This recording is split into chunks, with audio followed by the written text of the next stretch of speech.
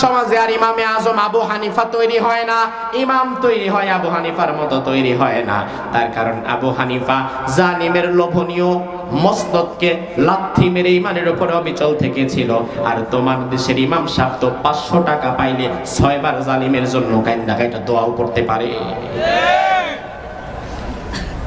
নিজের ব্যক্তিত্ব ধরে রাখো, যার তার জন্য দোয়া করা তোমার জন্য বেমানান, যার তার জন্য টাকা নিয়ে দোয়া করা যাবে না।